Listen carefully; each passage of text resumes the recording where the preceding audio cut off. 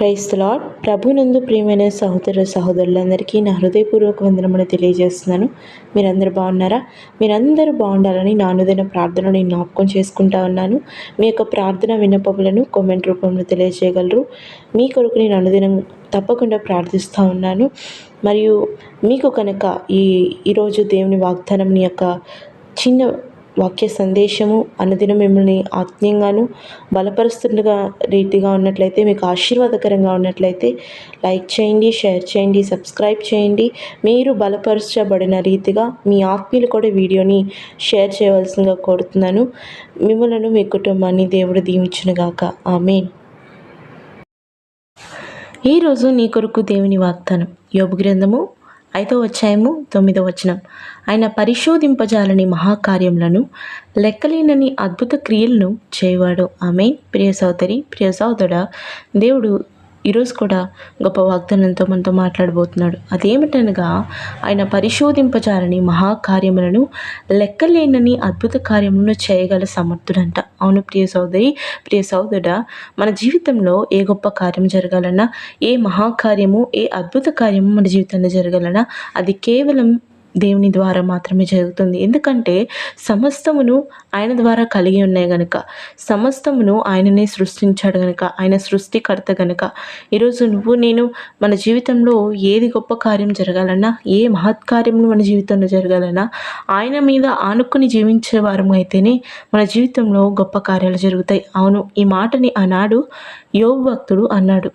యోబు ఎంతో దయనీయమైన పరిస్థితిలో ఉన్నప్పటికీ, భయంకరమైన శోధన గుండా, వ్యాధి గుండా తను వెళ్తున్నప్పటికీ కూడా గొప్ప విశ్వాసముతో యోబు ఈ మాట అంటున్నాడు. ఆయన పరిశోధింపజాలని మహాకార్యములను చేయవాడంట. మొదటిగా ఈ మాట గురించి పరిశీలించుకుంటే, ఆయన పరిశోధింపజాలని మహాకార్యములను చేయగలనని మాట్లాడుతున్నాడు. అదేమిటంటే, ఆయన యొక్క జ్ఞానము ఈ లోకంలో ఎవరికి లేదని, ఈ లోకంలో ఏ ఒక్క నరమానవునికి లేదు. ఎందుకంటే ఆయన జ్ఞానాన్ని మనందరికీ ఇచ్చేవాడు. ఆయన జ్ఞానేశ్వర్యవంతుడు. ఏది కలగాలన్నా ఆయన నోటి ద్వారానే కలిగింది కనుక ఆయనకి మించిన పరిశోధింపచాలని మహత్కార్యములు ఎవరి భూమి మీద చేయలేరు. కనుక మన జీవితంలో ఆయన మించిన మహత్కార్యములు పరిశోధింపచాలి అంటే మన ఊహలకు అందనివి, మనం ఎప్పుడు మన కలలో కూడా ఊహించనివి, ఇదెలా జరిగింది అని మనం ఆశ్చర్యపడేంత గొప్ప కార్యములు, మహాకార్యములు మన జీవితంలో జరుగుతాయి. ఈరోజు ప్రియ సోదరి, ప్రియ సోదరుడా, ప్రతి విషయంలోనూ దేవుడు మనకి గొప్ప కార్యాలు చేయాలని, మన జీవితాన్ని అద్భుతకరంగా మార్చాలని ఆయన ఆశపడతాడు. కానీ మనం కొంచెం వేచి ఉండాలి, కొంచెం ఓర్పు కలిగి ఉండాలి. మనకు కలుగు ప్రతి శోధనలోనూ, ప్రతి సమస్యలోనూ మనం ఓర్పు కలిగి, సహనం కలిగి దేవుని యొక్క కృప కొరకు కనిపెట్టుకోవాలి. ఏ విధంగా అయితే యోబు తను వెళ్తున్న భయంకరమైన శోధన అన్నీ కోల్పోయాడు, చివరికి ఆరోగ్యాన్ని కూడా కోల్పోయాడు, తన కుటుంబాన్ని కోల్పోయాడు, తన ఆస్తిపాస్తులను కోల్పోయాడు, తన పిల్లలను కోల్పోయాడు, తన ఆరోగ్యాన్ని కూడా కోల్పోయాడు.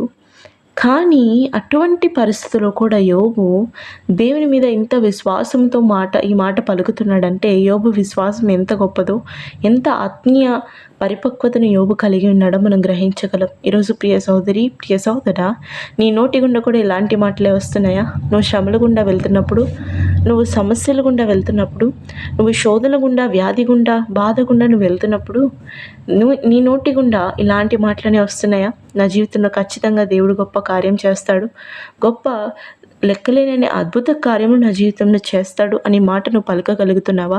ఒకవేళ అలా పలకగలిగే విశ్వాసం నీలో ఉన్నట్లయితే దేవుడు ఖచ్చితంగా యోబు జీవితంలో రెండింతల ఆశీర్వాదం ఎలా అయితే ఇచ్చాడో అదేవిధంగా నీ ఊహకు అందనంత, నువ్వు పరిశోధింపజాలనంత గొప్ప కార్యములు, నువ్వు లెక్కలేనని అద్భుత కార్యంలో నీ జీవితంలో దేవుడు చేయాలని ఆశపడుతున్నాడు. నీ జీవితంలో ఏ గొప్ప స్థానానికి నువ్వు వెళ్ళాలనుకున్నా, ఏ ఒక్క గొప్ప అద్భుతం జరగాలనుకున్నా, నువ్వు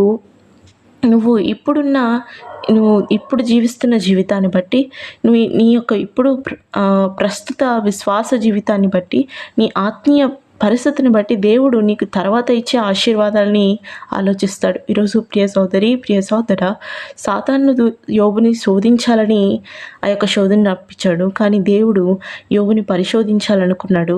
యోబు పరిశోధనలో నెగ్గాడు కనుక రెండింతల ఆశీర్వాదాలు పొందుకున్నాడు. ఈరోజు నువ్వు కూడా అదే రీతిగా పొందుకోవాలంటే ఆయన యందు విశ్వాసము. నీ జీవితంలో అద్భుత కార్యాలు చూస్తావు. ఆమేన్. ప్రేమ కలిగిన తండ్రి, మహోన్నతురానికి వేలాది స్తోత్రం ఉన్న దేవా, ఇంతవరకు అయా నీ కృపలో మమ్మల్ని నడిపిస్తున్న రీతిని బట్టి వందనాలు.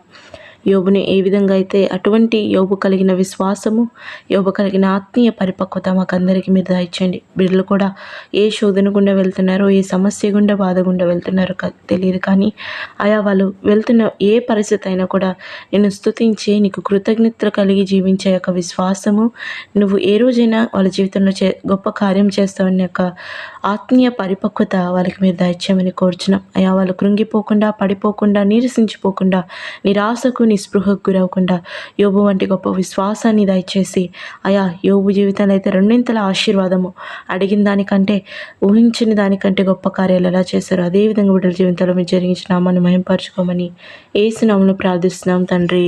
ఆమేన్.